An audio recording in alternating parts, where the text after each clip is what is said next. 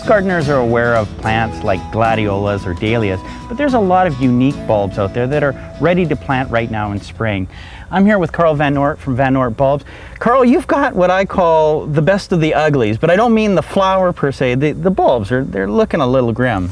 You're right, Gord. They are far from ugly. They're all beautiful little plants, but they are unusual in shape and size, definitely. As you can see here, we've gathered a number of them. Things like Roscoa, the Himalayan lily, obviously it looks like a little root this way.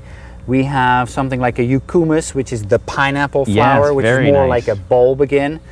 Then we have right next to that little pieces of dirt or clumps of dirt, which are the windflowers or the anemones, as you can see, very unusual looking.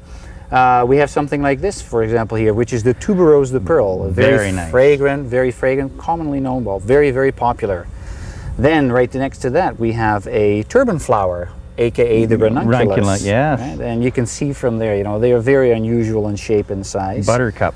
Yeah, definitely. Then we have something like a gloriosa, which is a climbing lily, and they come out of the Orient. They're very neat, but again, a very unusually shaped bulb or tuber.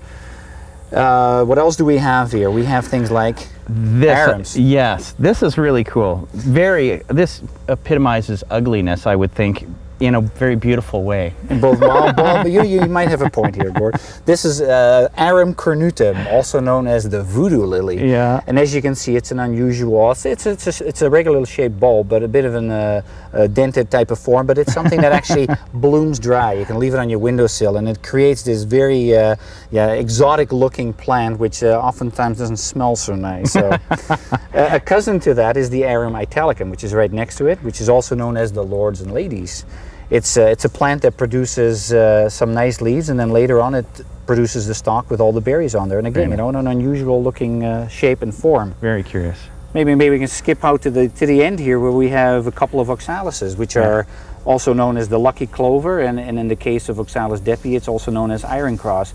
You can see the difference. One is very much like a little bulb again, the Oxalis depi, that is, and then the Oxalis regnelli is almost like a little shrimp thing. Yeah, so very interesting. Very unusual shape, very unusual sizes, looks, and so on. Now, the first thing that comes to mind when I see this, they don't look standard. How do you plant them? Like, how do you know which way they're supposed to go up? Do they go sideways? Do you have to treat them before they go into? You mentioned this one will actually just grow on its own. Do you have Bloom dry, correct, yeah. Do you have to do something with that? Well, you can obviously plant them in the soil as well, but they would bloom by themselves as is, because all the energy that is required for this thing to produce is inside the bulb. Okay. But you're right, there's a few, especially things like anemones and ranunculus, which people oftentimes, ask us about, well, which way is up? Hence the name the uglies and so on. So we've gathered a few of them here, Okay, Gord. well, let's start with the anemones. So those are a tough one, because, some of them aren't as nice as those. They're looking interesting. All sorts of different shapes and sizes.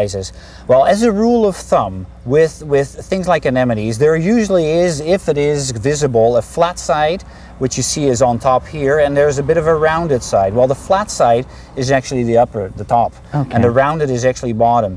But from the one that you have in your hand there, it's absolutely impossible to tell which is which. So when in doubt, you end up planting your little bulb sideways. At least as the least way to go up to the sunshine again. The least amount of distance. But it is very difficult to establish that at times. Okay. A few of the other things to know, for example, with anemones, that if you want to have success with anemones, you should really soak them in water for about 24 hours before you plant them. They'll really swell up, and you'll have a better chance of success with the anemones. Okay. Likewise for the ranunculus, which is similar. They store very dry, like the anemones. But same thing here again. It's a little easier to ascertain which is the top and which is the bottom. It basically sits like this. But as you can see, also at this moment, very dry. Yeah. It'd be very helpful again to soak those into a lukewarm water, so overnight. Yeah. And again, you'll see them really swell up and have much better success with growing these plants. Okay. Now, the oxalis. The oxalis, the shrimp. Yes, that's exactly what it looks like. It really doesn't matter how you plant the oxalis. The oxalis will throw little shoots off the side of these scales and so on. Again, it's a little unusual bulb, and dried up a little bit right now, but again, once in a moist environment, starts to swell up and it starts to grow. Yeah. So again, very unusual. Interesting. Now, what have we got down here at the end?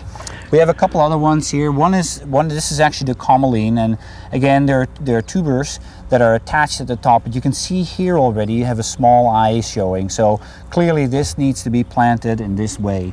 The other item that we have sitting here, yes, that one, this is the Gloriosa, the climbing lily. Looks more like a little carrot. Again, you're going to see a little eye starting to form here, but in this case, we simply lay it flat as we plant that particular bulb. That's it. Well, Carl, thank you very much for giving us a quick tour on the what I call the uglies but the beautiful.